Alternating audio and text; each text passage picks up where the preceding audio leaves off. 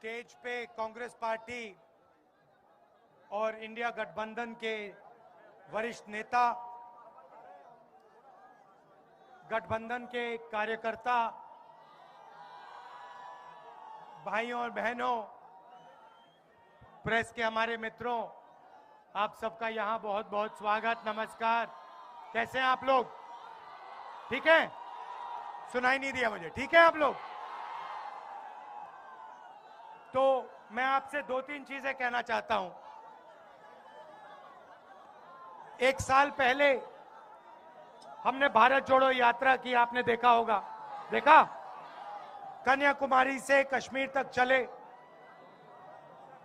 नफरत के बाजार में मोहब्बत की दुकान खोली, क्योंकि एक विचारधारा है देश में आजकल, नफरत की विचारधारा, हिंसा की विचारधारा, जो लोगों को बांटती है, लोगों को डराती है, धमकाती है। इसके खिलाफ हमने भारत जोड़ो यात्रा की।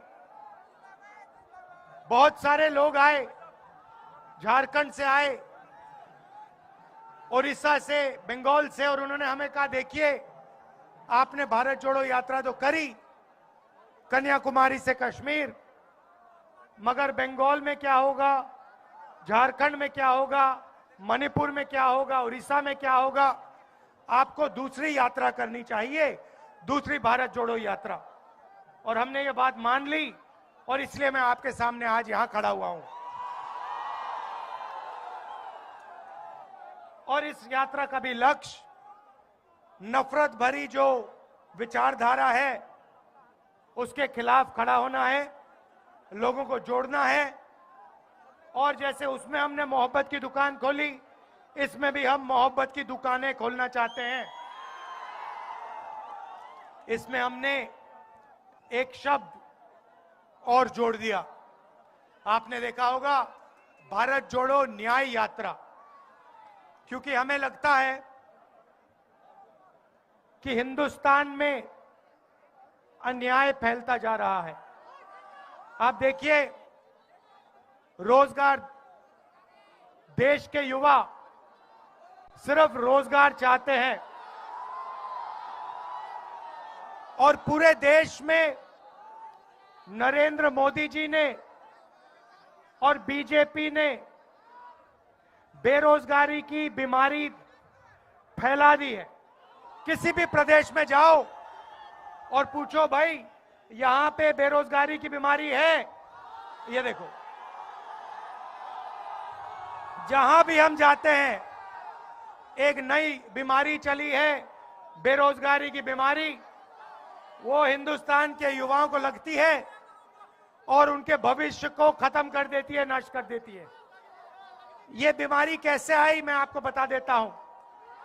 नरेंद्र मोदी ने नोटबंदी की, जीएसटी लागू की, और जो छोटे व्यापारी हैं, छोटा बिजनेस चलाते हैं, छोटे कार्यक्रम, अग्निवीर, देखो ये बोला बिल्कुल सही। तो जो युवाओं को सेना में रोजगार मिलता था, उसको भी अग्निवीर ने खत्म कर दिया। और भाइयों और बहनों, एक और बात मैं आपको बताना चाहता हूं। जो आपने अग्निवीर की बात छेड़ी, मेरे पास 100-200 युवा आए, कुछ महीने पहले की बात है। दिल्ली आए, मेरे साथ बैठे और रोने लगे, मतलब आंसू निकलने लगे। 20-25 युवाओं की आंख से आंसू निकलने लगे। मैंने पूछा, आप रो क्यों रहे हो, क्या हुआ? मुझे कहते, राहुल जी, हमने 5 साल सेना में जाने की प्रैक्टिस की, रनिंग की, वर्जिश की, हमें सेना में एक्सेप्ट कर लिया गया। हमारा जो सपना पूरा था, हमारा जो सपना था उसको पूरा कर दिया, और फिर 3 साल बाद हमें कहते हैं, टाल टाल कर कहते हैं, तुम्हें सेना में नहीं लिया जाएगा, क्योंकि अब अग्निवीर लागू हो गया है, ना तुम इधर के ना तुम उधर के 1,50,000 युवाओं को पहले आर्मी में लिया और फिर आर्मी से निकाल दिया और उनको कहा कि तुम्हें सेना में नहीं लिया जाएगा और तुम्हें अग्निवीर में भी नहीं लिया जाएगा। और आज 1,50,000 युवा भटक रहे हैं, जंतर मंतर में बैठे हैं, क्योंकि उनके हाथों से सरकार ने रोजगार छीना है। और मैंने उनसे कहा है कि कांग्रेस पार्टी उनके साथ खड़े होकर उनको न्याय दिलवाएगी और उनका जो हक बनता है उनके हवाले उसको करेगी। भाइयों और बहनों, आर्थिक अन्याय की मैंने बात की, मैं सामाजिक अन्याय की बात करना चाहता हूं। हिंदुस्तान में अलग अलग वर्ग के लोग हैं, दलित हैंगे, आदिवासी हैं, पिछड़े लोग हैं, जनरल कास्ट के हैं, माइनॉरिटी हैं, सारे लोग हैं। मगर आज तक किसी को यह नहीं मालूम इस देश में पिछड़े लोग कितने हैं। बोलो, जोर से बोलो। भाइयों और बहनों, मैं आपसे पूछता हूं, देश में पिछड़े लोग कितने हैं? कोई जानता है? आप जानते हो कि सबसे ज्यादा हैं, मगर नंबर नहीं जानते। अब आप मुझसे कहोगे, अरे भाई सबसे ज्यादा हैं, नंबर नहीं जानते, तो क्या हुआ? मैं आपको बताता हूं। मैंने दो तीन आंकड़े निकाले।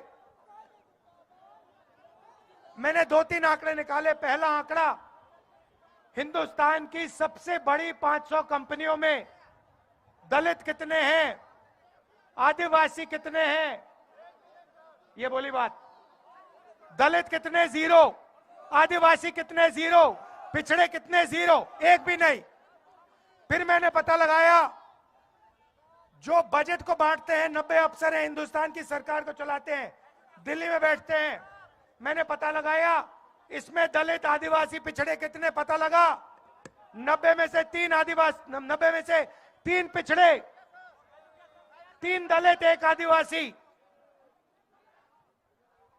तो आदिवासियों के खिलाफ, दलितों के खिलाफ, पिछड़ों के खिलाफ दबाकर इस देश में अन्याय हो रहा है।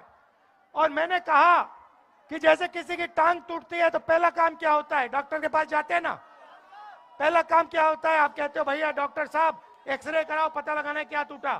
सही बात? तो मैंने यही कहा है, पहले पैसा मांगता है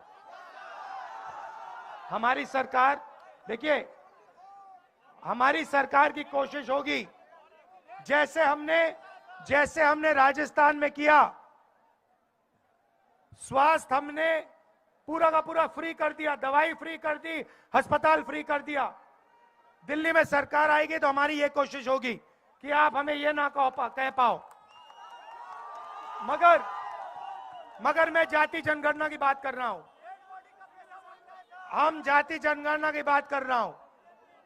मैंने कहा कि जैसे किसी को चोट लगती है तो एक्सरे होता है, वैसे ही हिंदुस्तान का एक्सरे होना चाहिए, जाति जनगणना होनी चाहिए, पता लगाना चाहिए इस देश में दलित कितने, आदिवासी कितने, पिछड़े कितने, माइनॉरिटी कितने, जनरल कितने।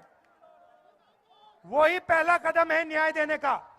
अगर हमने मालूम ही नहीं कि आदिवासी कितने, पिछड़े लोग कितने, तो न्याय की कैसे बात हो सकती है?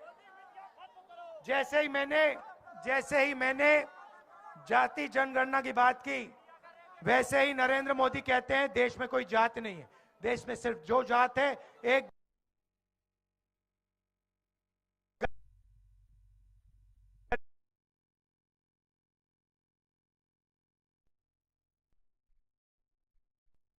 मैंने जाति जनगणना की बात उठाई, नरेंद्र मोदी कहते हैं देश में कोई ओबीसी नहीं, कोई दलित नहीं, कोई आदिवासी नहीं, देश में सिर्फ 2 जात, एक अमीर और गरीब। अगर 2 जात है नरेंद्र मोदी जी, तो आप ओबीसी कहां के? आप ओबीसी कैसे बन गए? ये मैं आपके सामने रखना चाहता था। देश को जोड़ना है, सबको एक साथ लाना है, और पूरे देश में ये जो नफरत का बाजार इन लोगों ने खोल रखा है, इसको बंद करना है और मोहब्बत की लाखों दुकानें खोलनी है। बहुत बहुत धन्यवाद। नमस्कार। जय हिंद।